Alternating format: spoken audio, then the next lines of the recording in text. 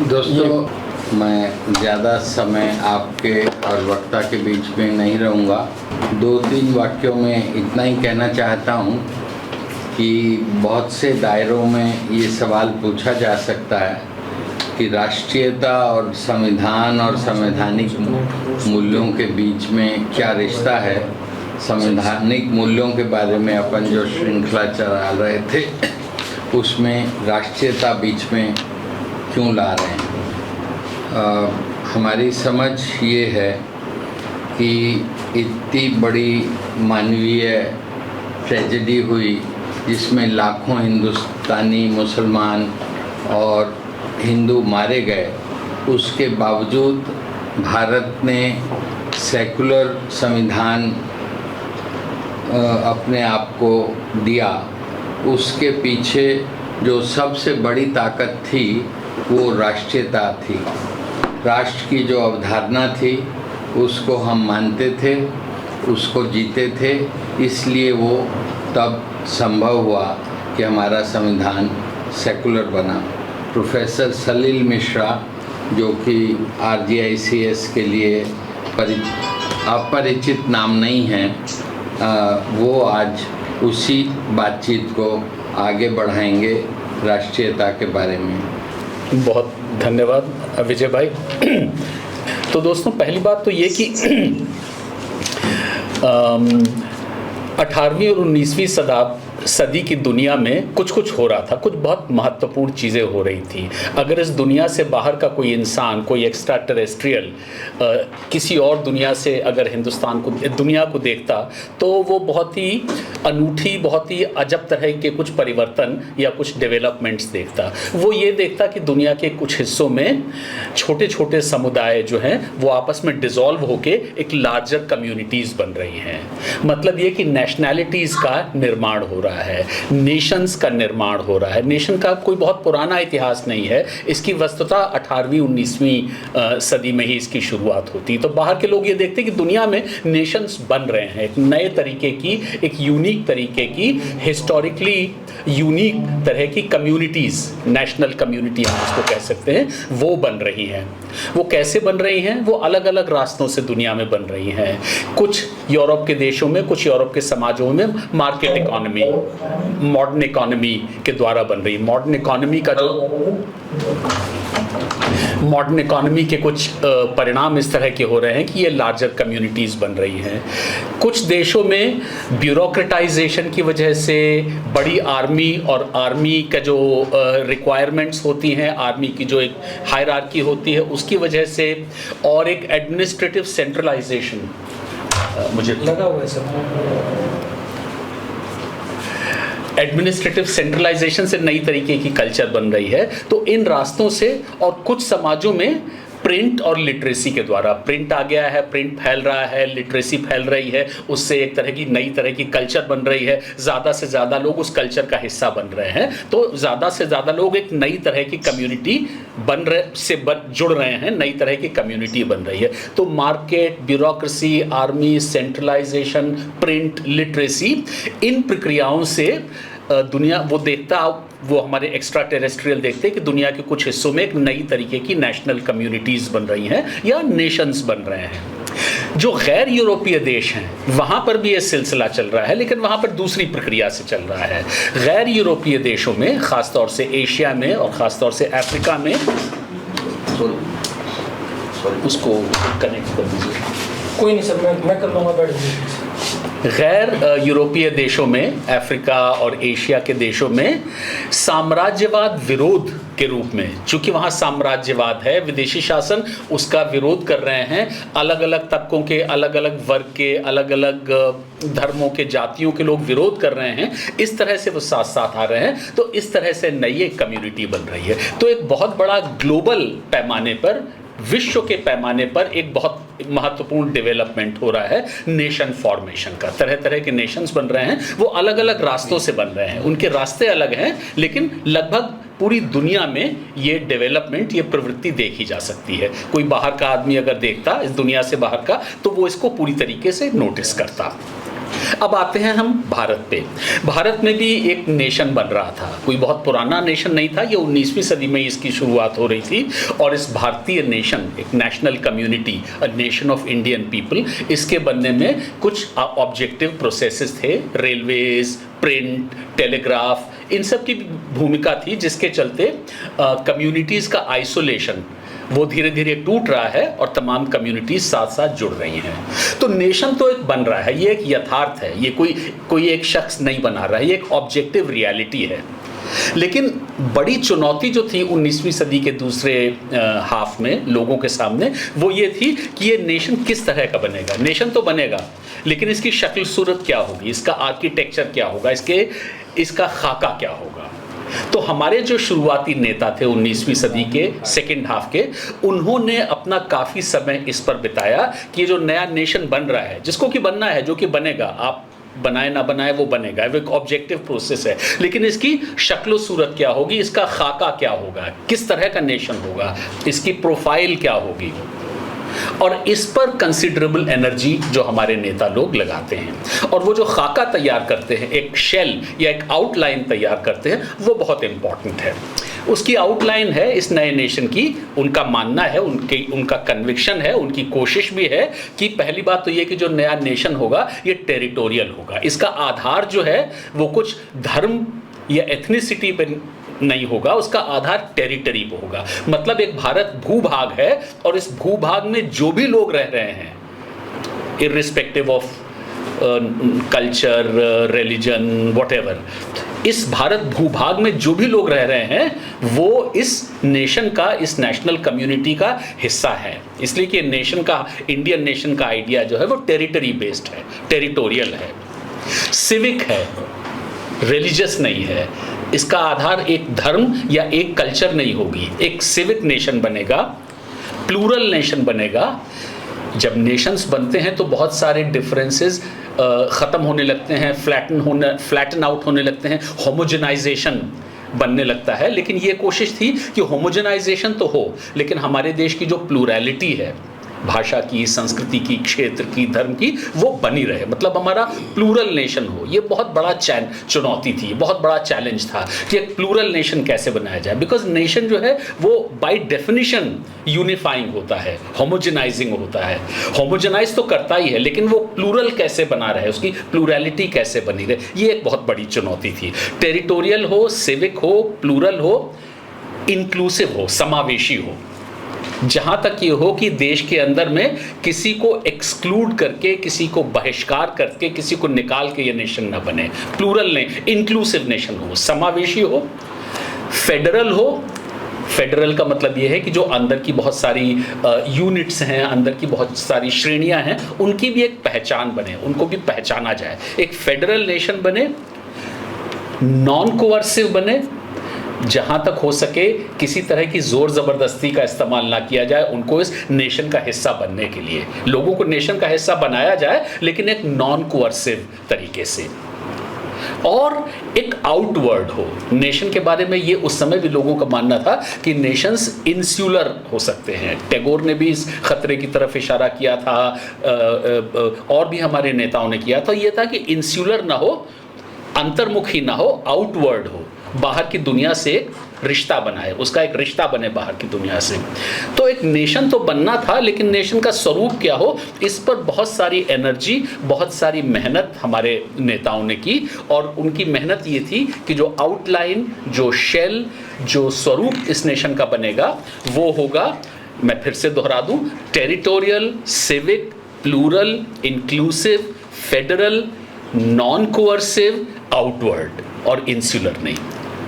उनके चाहने से ऐसा देश बन नहीं गया, लेकिन उन्होंने एक खाका अपने दिमाग में, अपनी राइटिंग्स में, अपनी बातों में सामने रखा कि हम एक नेशन बन रहा है और हम चाहते हैं कि वो इस तरह का नेशन बने, उसका ये स्वरूप हो।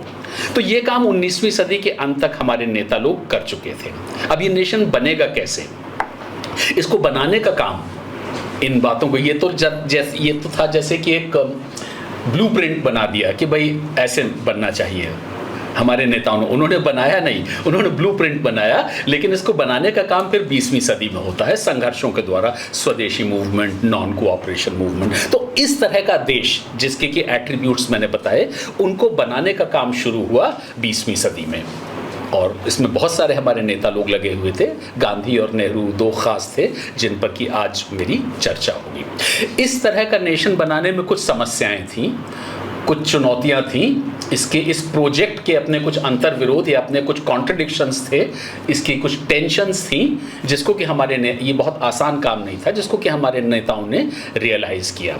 मुझे लगता है कि दो बहुत मुख्य जो टेंशन या कॉन्ट्रडिक्शन या चुनौतियां थीं, एक क्लास को लेके कि आखिरकार किसी भी समाज में, किसी भी मॉडर्नाइजिंग सोसाइटी में क्लास के बेसिस पे लोग बट जाते हैं, और क्लास का मतलब ये होता है कि एक्सप्लॉइटर और एक्सप्लॉइटेड, शोषण करने वाले और शोषित होने वाले, शोषण जिनका हो रहा है वो दोनों लोग वो हिस्सा है। और नेशन का आग्रह ये होता है, नेशनलिज्म की इंसिस्टेंस, आग्रह ये होता है कि दोनों लोग इस नेशन का हिस्सा बने, प्रेडेटर एंड प्रे, शिकारी और शिकार दोनों। तो वो कैसे होगा, किस तरह से आप इनको शामिल करेंगे?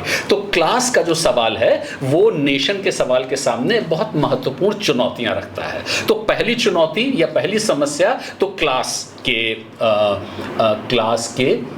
दायरे से, क्लास के क्वार्टर से आई, और दूसरी आई जिसको कि मैं रफली कहूँगा एथनिसिटी से। एथनिसिटी से मेरा मतलब है रिलीजन, लैंग्वेज, कल्चर, कास्ट, मतलब ये कि जो कुछ ट्रेडिशनल श्रेणियां हैं जिनमें कि लोग बटे हुए हैं, और जिनकी तरफ उनका एक कमिटमेंट अपनी श्रेणी की तरफ हो सकता है, अपनी कल्चर की तरफ, अपनी लोकेलिटी की तरफ, अपनी भाषा की तरफ, अपने धर्म की तरफ, बहुत उन्होंने अपना कमिटमेंट अपना दिया हुआ है, उसके साथ अपने आप को जोड़ के देखते हैं। तो अब उनसे ये कहा जा रहा है, उनसे ये उम्मीद की जा रही है कि इन सबके बरक्स, इन सबके इतर एक देश का जो आइडिया है, जो राष्ट्र का जो आइडिया है, आपको अपनी निष्ठा, अपना कमिटमेंट उस राष्ट्र को देना है। तो लोगों को परसुएट करना होगा, लोगों को परसुएट करना होगा कि आप अपनी जाति, अपनी कल्चर, अपनी भाषा, अपनी धर्म, अपनी लोकेलिटी, अपना गांव, ये सारे जो आपके कमिटमेंट्स हैं, ये सारे जो आपके आइडेंटिफिकेशंस हैं सब्जेक्टिव लेवल पे, इनको छोड़िए या कम कीजिए और देश के साथ अपने आप को जोड़िए। ये दोनों बहुत बड़ी चुनौतियां थीं, बहुत बड़ी समस्याएं थीं, बहुत बड़े ऑब्स्टिकल्स थे, एक तरह से रोड ब्लॉक्स थे, एक क्लास से और दूसरा एथनिसिटी से। क्लास का मॉडर्न ऑब्स्टिकल था और एथनिसिटी वाला वो एक कैरी ओवर अतीत से था। तो इसमें क्लास पर मैं ज़्यादा आज बात कर रहा हूँ इसलिए कि ये जो क्लास से जो चुनौती आ रही थी, इसको नेहरू ने काफ़ी बड़े पैमाने पर लिया और एक अपनी समझ बनाई। और ये इनकी समझ जो है अपने सबसे शार्प और अपने सबसे मुखर रूप से नेहरू ने 1933 में एक पोलेमिकल एक ट्रैक्ट लिखा था, विदर इंडिया, जिस पर कि बहुत तीखी प्रतिक्रियाएं हुई और बहुत सारे लोगों ने जवाब दिया। फिर नेहरू ने उनका जवाब दिया, वो एक पैम्फलेट की शक्ल सूरत में आया, तब बहुत सारे लोगों ने उसको पढ़ा भी। अब वो सेलेक्टेड वर्क्स के वॉल्यूम 6 में है और वो उसके कुछ रेफरेंसेस थे वो मैं घर पे भूल गया। लेकिन विदर इंडिया में जो नेहरू कह रहे हैं वो नेहरू की मैं आपको एक अपनी समझ आपके सामने रख देता हूँ। नेहरू का मानना है कि पूंजीवाद अपने बहुत बड़े संकट के दौर में आ चुका है और उसके संकट का सबसे बड़ा जो रिफ्लेक्शन है वो 1929 की जो मंदी डिप्रेशन है वो आ चुका है। और नेहरू का मानना है और बहुत सारे और लोगों का मानना था कि ये एक दौर नहीं है पूंजीवाद के जीवन में, ये उसका डेफिनेट एक संकट का दौर है और पूंजीवाद एक तरह से वो अब पतन के कगार पे आ गया है। बहुत अच्छा उनका कोट है नेहरू का, मैं लाया था, वो हम्प्टी डम्प्टी वाला जो आप लोगों ने सुना होगा कि Humpty Dumpty sat on a wall, Humpty Dumpty had a great fall. तो वो कहते हैं पूंजीवाद जो है वो हम्प्टी डम्प्टी की तरह है, ये बस गिरने वाला है। All the Kings man, all the Kings army, all the king, अब इसको बचा नहीं पाएंगे, पूंजीवाद को तो जाना ही है। इसलिए और पूंजीवाद के जो आउटवर्ड मैनिफेस्टेशंस हैं वो ये हैं कि यूरोप के कुछ देशों ने बाकी दुनिया के देशों पे कब्जा कर लिया है, मतलब कॉलोनियलिज्म और इंपीरियलिज्म। तो नेहरू कह ये रहे हैं कि भारत के लोगों को, भारत की जनता को सिर्फ ब्रिटिश रूल से नहीं लड़ना है। हमारे राइट विंगर्स ये तर्क दे रहे थे, नेहरू भी यही तर्क दे रहे थे, लेकिन नेहरू उससे आगे बढ़ के बात कर रहे थे कि हमको सिर्फ ब्रिटिश रूल से हमें संघर्ष नहीं करना है, हमको इंपीरियलिज्म का जो सिस्टम है उससे संघर्ष करना है। इसलिए कि ब्रिटिश इंपीरियलिज्म की सारी स्ट्रेंथ जो है वो ग्लोबल इंपीरियलिज्म से आती है। तो हमको ग्लोबल, दुनिया के लोगों को ग्लोबल इंपीरियलिज्म से लड़ना है, और तब भारत के लोग जो हैं उनको ब्रिटिश इंपीरियलिज्म से भी लड़ना है और इंपीरियलिज्म से भी लड़ना है, और साथ ही साथ पूंजीवाद, जहाँ से कि सबसे बड़ा स्रोत जो उद्गम है, जो स्रोत है, जो रूट है, उससे भी लड़ना है।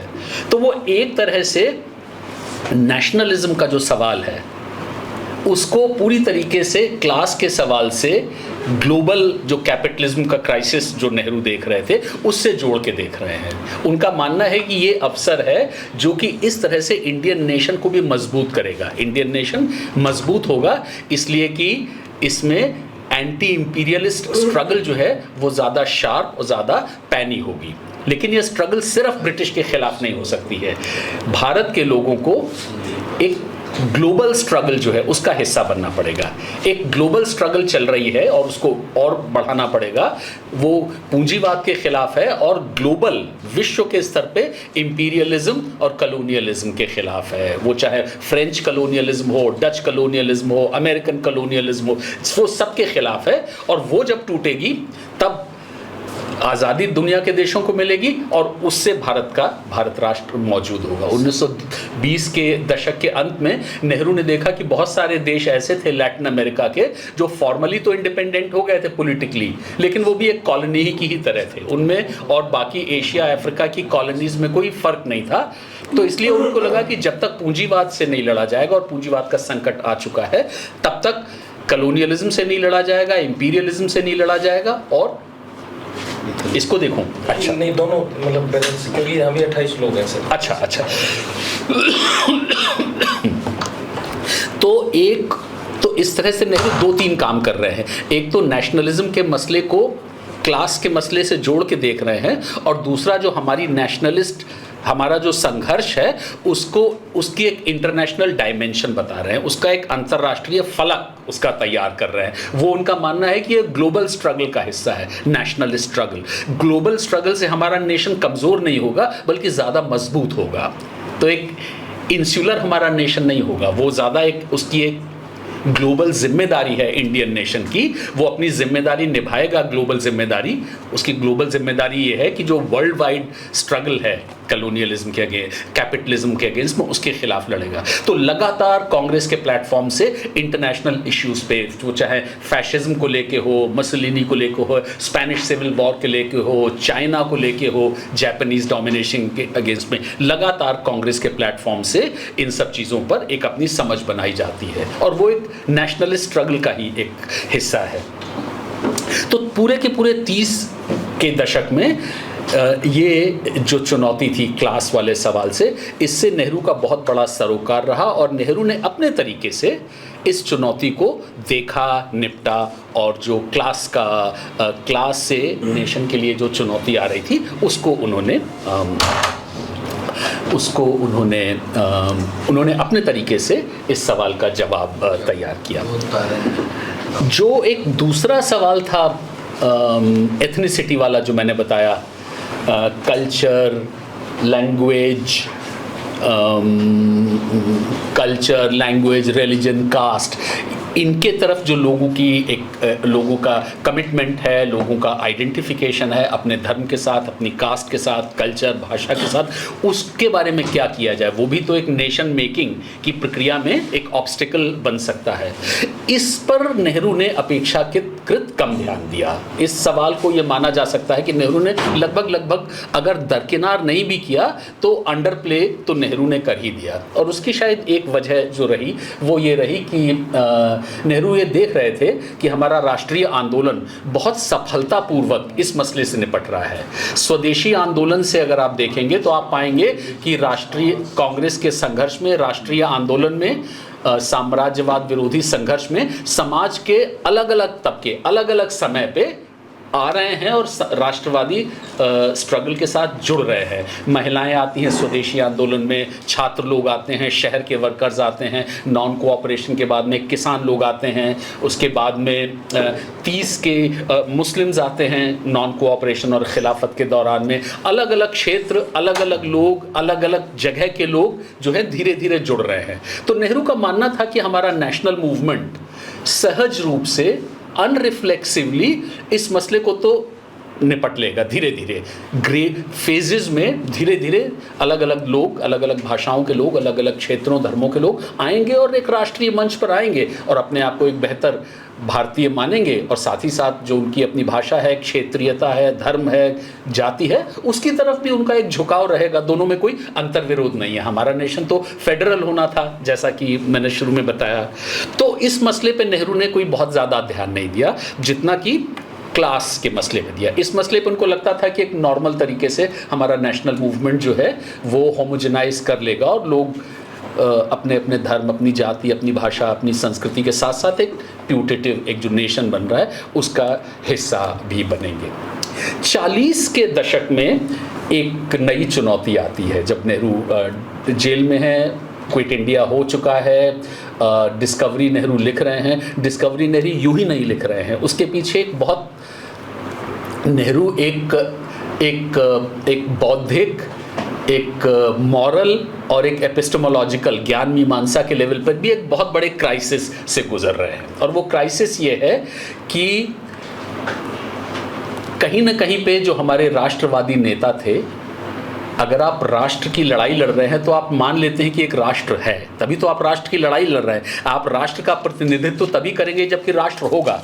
तो एक मान लिया गया कि एक इंडियन नेशन है जिसको कि हमारे लोग रिप्रेजेंट कर रहे हैं, जिसके कि वो प्रतिनिधि हैं। अब इस एक इंडियन नेशन को ब्रिटिश ने 19वीं सदी में उनकी अप्रोच डिनाइल की रही, उन्होंने नकार दिया। उन्होंने कहा कि इंडिया जैसा नेशन तो कोई हो ही नहीं सकता, इतना बड़ा समाज है, इतने ज़्यादा धर्म हैं, इतने डिफरेंसेस हैं, इतना सेग्रीगेशन, इतनी सेग्रीगेटेड सोसाइटी एक नेशन नहीं हो सकती। इसके बरक्स हमारे कुछ पारंपरिक नेताओं ने कहा कि हम तो बहुत पहले से नेशन थे, 2000 साल से नेशन थे, 3000 साल से नेशन थे। लेकिन ये जो चल रहा था, इस पूरे विचारों की यात्रा में, राजनीति की यात्रा में, गतिविधि की यात्रा में 1940 में एक बहुत बड़ा रोड ब्लॉक या बहुत बड़ा हस्तक्षेप, बहुत बड़ा इंटरवेंशन आता है, जबकि मुस्लिम लीग की तरफ से एक बहुत ही अनूठी, बहुत ही यूनिक, एक बहुत ही अनयूजुअल, एक बहुत ही एटिपिकल डिमांड आती है। और वो डिमांड ये आती है कि भारत के 25% मुस्लिम्स जो हैं, जिनको कि हम अभी तक कह रहे थे कि वो माइनॉरिटी हैं, अल्पसंख्यक हैं, अब वो कहने लगे, नई डिमांड ये आई कि वो माइनॉरिटी नहीं है, वो अल्पसंख्यक नहीं है, वो अपने आप में एक अलग नेशन है। इसका और ये नेशन की परिभाषा थी धार्मिक आधार पे, जो कि इंडियन नेशन के बारे में नहीं की गई थी। तो ये मुस्लिम्स आर ए नेशन, और वो नेशन है तो उनकी एक अपनी नेशन स्टेट होनी चाहिए। तो एक पहला तो विचार के लेवल पे धक्का, एक सेटबैक 1940 में लगा। और 1942 में जब क्रिप्स आए भारत की जो कॉन्स्टिट्यूशनल प्रॉब्लम को सॉल्व करने के लिए, मैं उसकी डिटेल्स में नहीं जाऊंगा, तो उन्होंने बहुत सहज रूप से इंडिया के डिवीजन को एक तरह से स्वीकार भी कर लिया। उन्होंने कहा कि जो सेल्फ डिटर्मिनेशन का अधिकार जो भारत के लोगों को हम देंगे, ब्रिटिश ने कहा जाने से पहले, लेकिन वो अधिकार पंजाब के पास भी होगा, वो अधिकार बंगाल के पास भी होगा। तो पंजाब की लेजिस्लेटिव असेंबली के अगर 60% MLAs जो हैं वो ये कह देंगे कि हम अलग अपना बनाना चाहते हैं तो वो अलग बना लेंगे। सडनली नेहरू का एक बहुत बड़ा क्राइसिस ये था कि वो भारत का विचार, ऑल इंडिया का विचार, वन इंडिया का विचार, जो कि उनके लिए सीक्रेट भी था, सीक्रेट धर्म के मामले पे तो नहीं, लेकिन उसमें आस्था तो जुड़ी हुई थी। एक भारत बनाना है, एक भारत का विचार, जिसको कि वो रिप्रेजेंट कर रहे थे, वो नेशन बना भी रहे थे, लेकिन वो ये भी मान रहे थे कि एक नेशन है। वो इतना सीक्रेट, इतना स्ट्रॉन्ग, इतना बड़ा विचार इतना फ्रेजाइल कैसे हो सकता है? वो इतना फ्रेजाइल क्यों है कि सडनली एक ऑर्गेनाइजेशन ने 1940 में एक डिमांड रख दी और ब्रिटिश ने आके कहा कि ये तो बहुत आराम से हो सकता है, आपको आज़ादी मिल जाएगी, वर्ल्ड वॉर ख़त्म हो गया, हम आपको आज़ादी दे देंगे, सेल्फ डिटर्मिनेशन आपका हो गया। लेकिन वही सेल्फ डिटर्मिनेशन जो है वो पंजाब का भी होगा, बंगाल का भी होगा, सभी लोगों का होगा। सडनली दे नोटिस कि एक जो इंडिया का आइडिया है, जिस पर कितना लिखा गया है, जिस पर कितने लोगों के कमिटमेंट्स हैं, आइडियोलॉजिकल कमिटमेंट हैं, दिल और दिमाग के लेवल पे कमिटमेंट है, रीज़न के लेवल पे कमिटमेंट है, वो इतना फ्रेजाइल कैसे है, वो इतना कमज़ोर कैसे है? इतना कमज़ोर तो नहीं हो सकता है। आखिरकार उसका रूट क्या है? तो यहाँ से शुरुआत होती है डिस्कवरी ऑफ इंडिया की। अब नेहरू जो है वो इंटरनेशनल फलक को थोड़ा सा अंडर प्ले कर रहे हैं और वो देख रहे हैं कि आखिरकार ऐसा तो नहीं हो सकता है कि 18वीं 19वीं सदी से ही सब कुछ शुरू हो गया, कुछ तो रहा होगा हमारे अतीत में, हमारे पास्ट में, हमारे एंशिएंट टाइम्स में, मिडिवल टाइम्स में कुछ तो ऐसा रहा होगा कि एक इंडियन पीपल का एक समुदाय, एक इंडियननेस वो धीरे धीरे बन रही होगी, वो धीरे धीरे बढ़ रही होगी।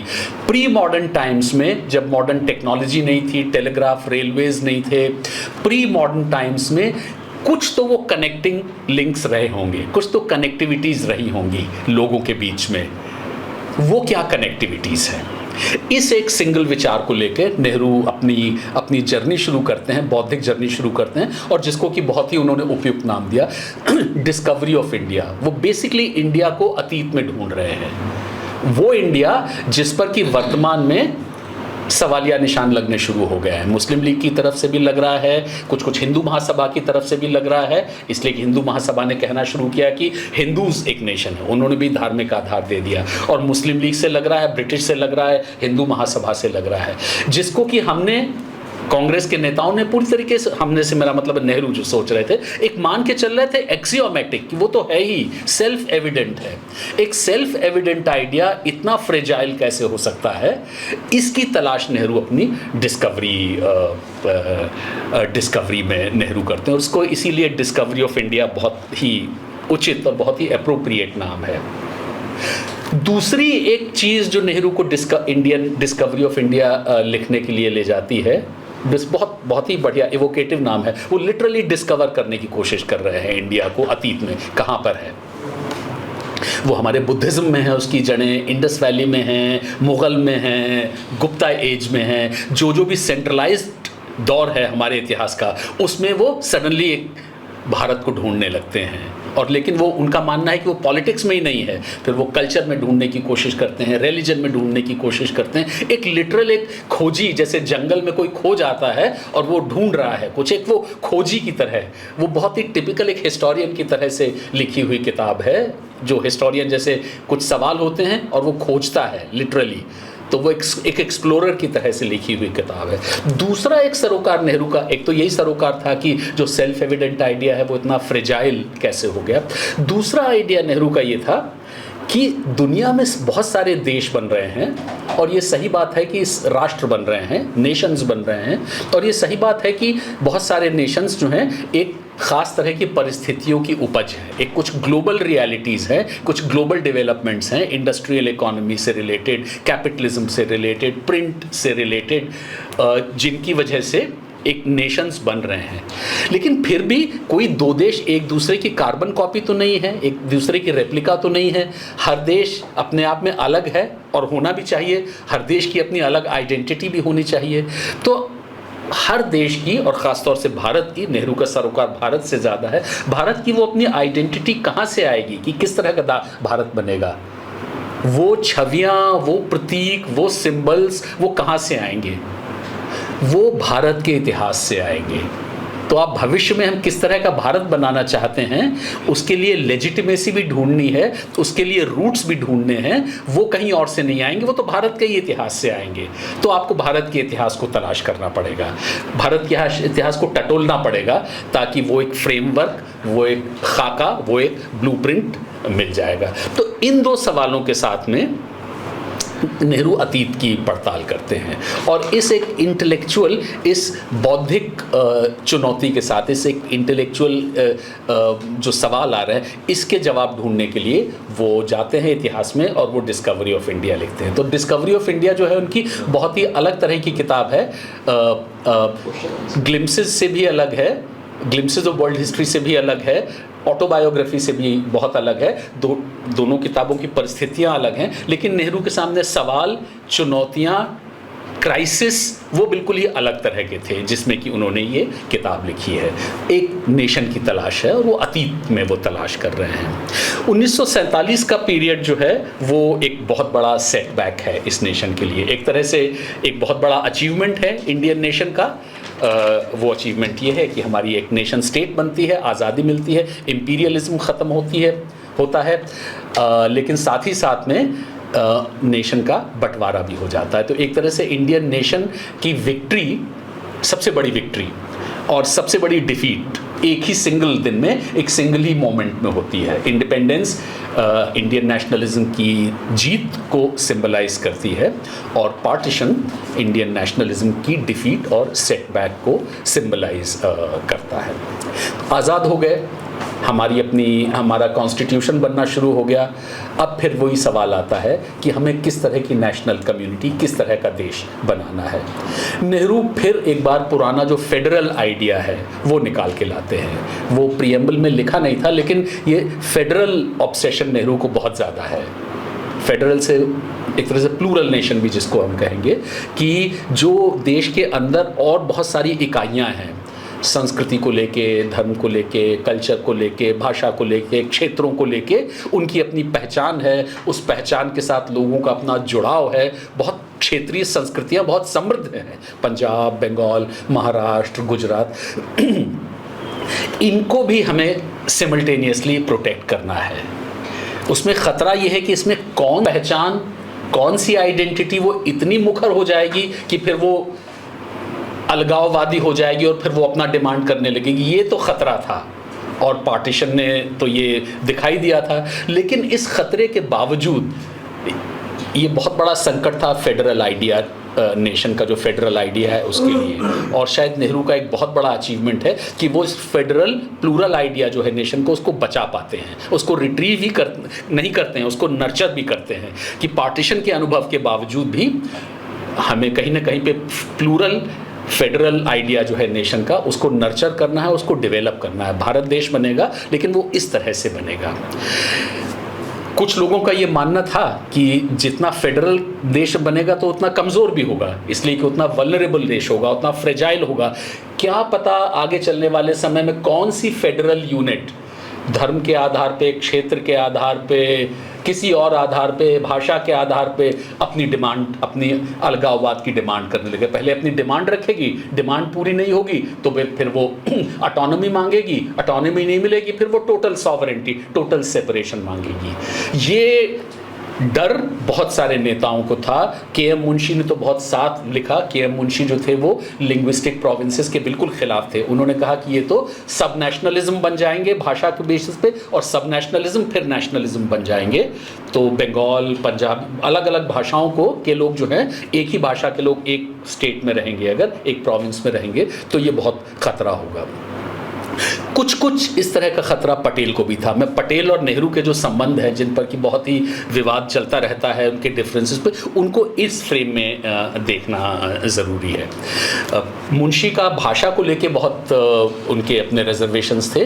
पटेल को रिलीजन को लेकर रिजर्वेशंस थे। पटेल इस तरह से, नेहरू तो बहुत स्पष्ट थे और गांधी जब तक थे वो भी क्लियर थे कि हमारा नेशन तो फेडरल ही होगा, हमारा नेशन तो प्लूरल ही होगा। उसमें जितने खतरे हैं उसको खतरा लेना पड़ेगा। पॉलिटिक्स कभी भी बगैर क्राइसिस के, बगैर खतरे के किसी भी समय पे नहीं होती।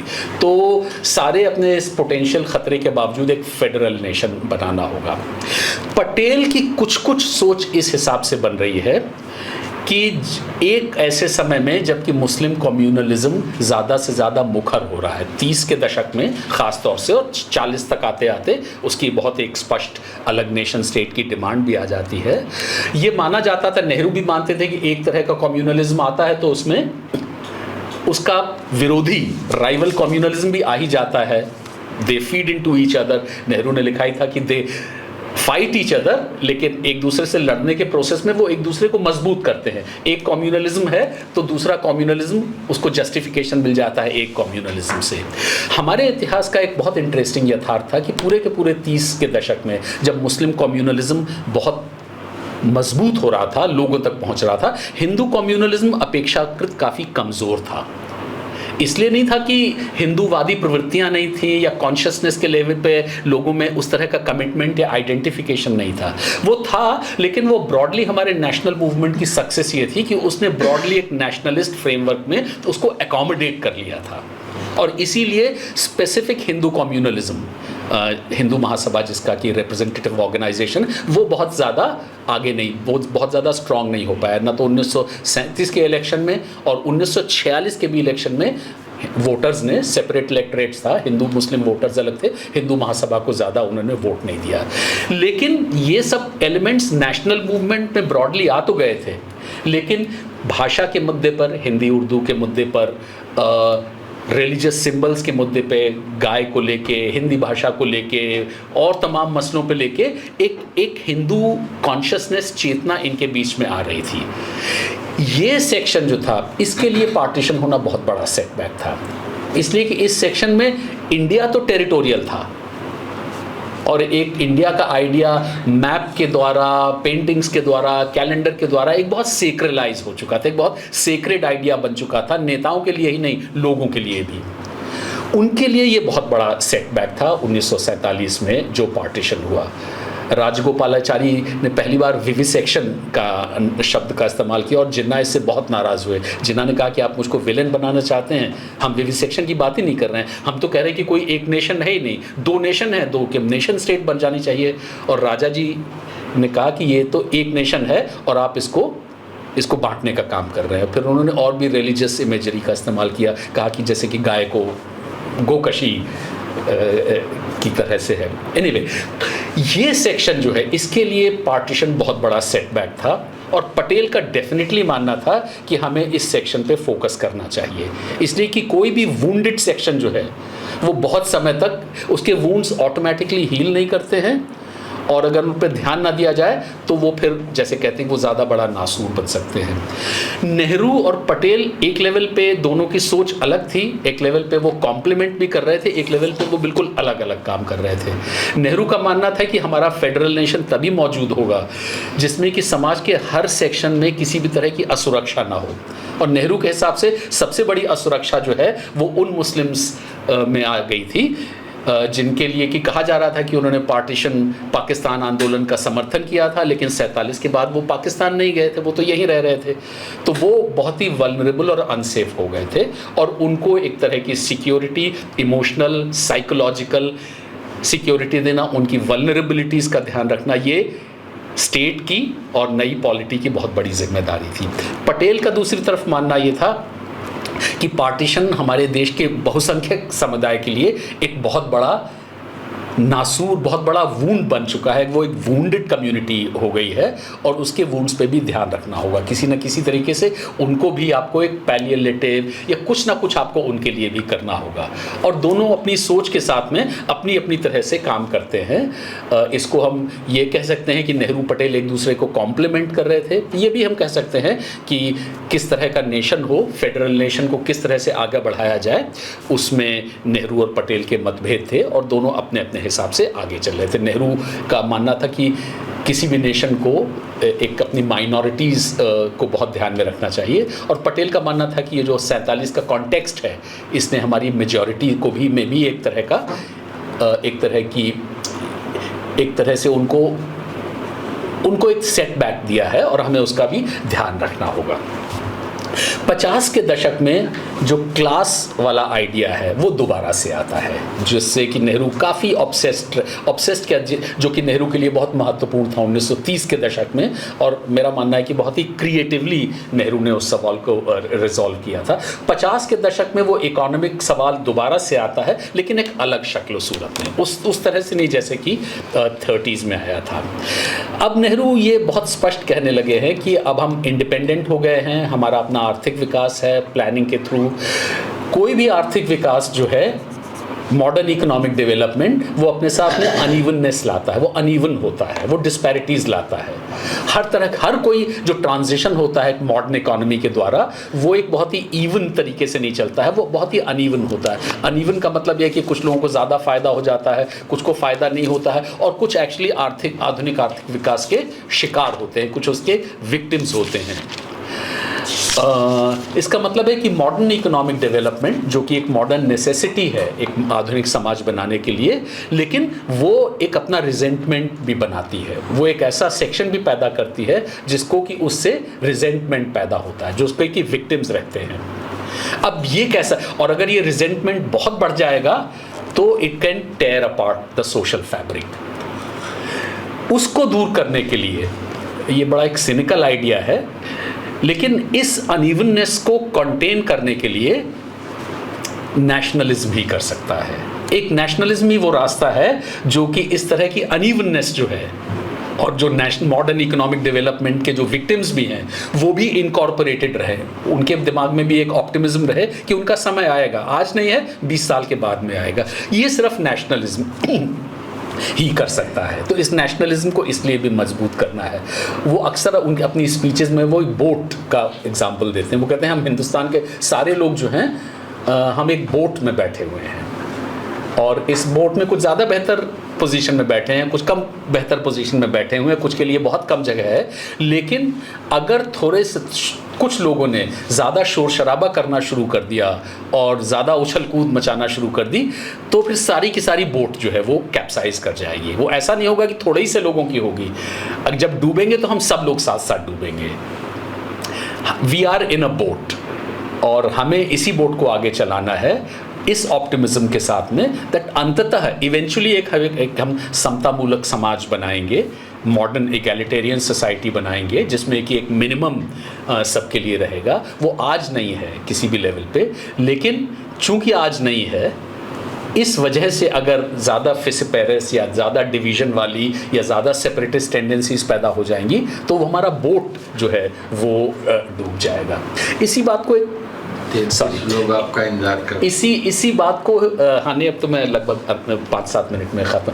इसी बात को एक बहुत अच्छे तरीके से वो एक अमेरिकन जर्नलिस्ट थे आर्नल्ड मिकेलिस, उनको अपने इंटरव्यू में कहते हैं, 58 में इंटरव्यू था, वो यूट्यूब पे है, बहुत अच्छा इंटरव्यू है। वो इंडिया और यूरोप को लेके आर्नल्ड मिकेलिस सवाल नेहरू से पूछते हैं तो नेहरू जवाब देते हैं। नेहरू कहते हैं कि यूरोप में पहले एक इकोनॉमिक रेवोल्यूशन आया और इकोनॉमिक रेवोल्यूशन ने क्या, उन्होंने एफ्लुएंस पैदा की, वेल्थ पैदा की। इकोनॉमिक रेवोल्यूशन वेल्थ पैदा करता है, उससे एफ्लुएंस आई। और जब इकोनॉमिक रेवोल्यूशन आ गया था तो उसके बाद में यूरोप में पॉलिटिकल रेवोल्यूशन आया। पॉलिटिकल रेवोल्यूशन ये आया कि गांव के लोग शहर में आए, वर्कर्स, मार्जिनल पीपल, तमाम इस तरह के लोगों ने डिमांड, ज़्यादा वेजेस की तमाम डिमांड रखनी शुरू की है, तरह तरह की मांगें सिस्टम पे, सरकारों पे यूरोप के तमाम देशों में रखना शुरू की। तो पॉलिटिकल रेवोल्यूशन एम्पावरमेंट का था लोगों के, लेकिन चूंकि उससे पहले एक इकोनॉमिक रेवोल्यूशन आ चुका था इसलिए वो इकोनॉमिक रेवोल्यूशन जो है वो पॉलिटिकल रेवोल्यूशन को या पॉलिटिकल एम्पावरमेंट को एकोमोडेट कर पा रहा था, उनकी डिमांड्स को मान पा रहा था, जिसको कहते हैं कि पूंजीवाद का एक सोशल ब्राइबरी नेटवर्क होता है। ऐसा नहीं होता है कि पूंजीवाद, किसी भी समय में पूंजीवाद के विरोधी तो काफ़ी होते हैं, लेकिन पूंजीवाद की सबसे बड़ी स्ट्रेंथ, सबसे बड़ी कैपेसिटी ये होती है कि उसके पास एक सोशल ब्राइबरी फंड होता है जिसके तहत वो रिजेंटमेंट, ऑपोजिशन, विरोध को बाई अप कर सकता है ब्राइबरी के थ्रू, मतलब लोगों को सॉप्स देके, लोगों को कंसेशंस देके, 5 किलो अनाज देके। तो एक तरह से यूरोप का की जो ट्रैजेक्टरी थी वो थी कि एक इकोनॉमिक रेवोल्यूशन आया, एफ्लुएंस उसने पैदा की, और उसके बाद एक पॉलिटिकल रेवोल्यूशन आया, एम्पावरमेंट ऑफ द पीपल, लेकिन इकोनॉमिक रेवोल्यूशन उसको एड्रेस कर सका, उसको एकोमोडेट कर सका। हमारे देश में, नेहरू आर्नल्ड मिकेलिस से कह रहे, भारत में पहले पॉलिटिकल रेवोल्यूशन आया, और पॉलिटिकल रेवोल्यूशन का सबसे बड़ा एक एस्पेक्ट ऑफ शूट ये होती है एम्पावरमेंट, रीजन्स की, क्षेत्रों की, ग्रुप्स की, क्लासेस की, लोगों की, वो अपनी डिमांड रखते हैं, लेकिन स्टेट के सामने सारी की सारी डिमांड्स को मान पाने के रिसोर्सेज नहीं होते हैं, इसलिए कि वो इकोनॉमिक रेवोल्यूशन नहीं आया है। तो एक स्टेट की पोजीशन उस पॉलिटिकल रेवोल्यूशन के वीज़ा-वी थोड़ी सी वल्नरेबिलिटी वाली रहती है। लेकिन फिर नेहरू ये भी कहते हैं कि कोई this is how it has to be, दुनिया के हर समाज उतने फॉर्चुनेट नहीं है कि उसी डेवलपमेंट के उसी दौर से गुजरे। कॉलोनीज से पैसा मिल रहा था, कॉलोनीज का शोषण करके वो अपना आर्थिक विकास कर पा रहे थे। जब अफ्रीका और एशिया के देश अपना आर्थिक विकास करेंगे, जब उनका दौर आएगा, तब उनके पास कॉलोनीज नहीं होंगी, वहाँ से कॉलोनी तो दुनिया से ख़त्म हो जाएंगे, तो वो कैसे करेंगे? उनको अपने हिसाब से विकास करना होगा, उनकी चुनौतियाँ अलग होंगी, उनकी समस्याएं अलग होंगी। तो ये नेहरू ने कहा कि हमारे सामने एक बड़ी समस्या थी, वो समस्या तब भी है, कुछ हद तक वो समस्या हमारे सामने आज भी है, कि एक इकोनॉमी और इकोनॉमिक डेवलपमेंट और पॉलिटिकल डेवलपमेंट्स के बीच में एक ख़ास तरह का मिसमैच है, और उसको एड्रेस करना जो है, उसमें नेशनलिज्म एक बहुत बड़ा सहायक भी हो सकता है, लेकिन दूसरा ये भी हो सकता है कि उसमें और तरह की भी तमाम समस्याएं आ सकती हैं। तो नेशनलिज्म की जो जर्नी है आज़ादी के बाद में, और भारत के लिए नहीं, तीसरी दुनिया के या नॉन यूरोपियन सारे देशों के लिए वो एक तरह से टाइट रोप वॉक है, और इस सवाल का कोई पक्का किसी के पास जवाब नहीं है कि कौन सा रास्ता किस तरफ झुकना ज़्यादा बेहतर रहता है। जो मांगे हैं, जो डिमांड्स हैं, उनको एक्सेप्ट करते रहने से हम नेशन ज़्यादा बेहतर सिक्योर पोजीशन में रहता है, या उनको दबाने से, उनको डिनाई करने से, उनको डिस्करेज करने से।